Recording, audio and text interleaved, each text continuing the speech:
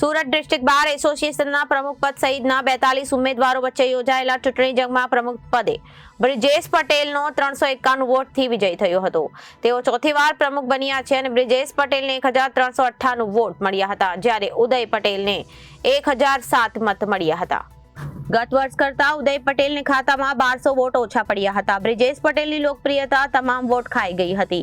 LR માટેના ઇલેક્શનમાં Sonal ગ્લાસવાલાએ 1758 vote મેળવી જીત હાંસલ કરી હતી.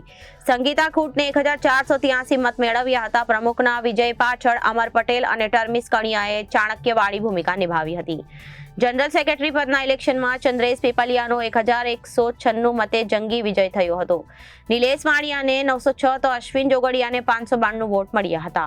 ટોટલ વોટિંગની વાત કરીએ તો 4978 મતદારોએ પૈકી આજે 3333 વકીલોને વોટિંગ કર્યું હતું.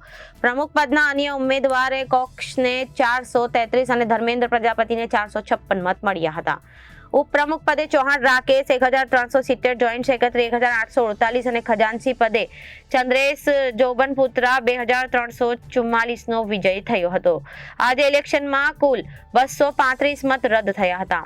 બ્રિજેશ પટેલને 1398 વોટ, જ્યારે ઉદય પટેલને 1007 મળ્યા હતા. Bureau report, Janadesh news, Surat.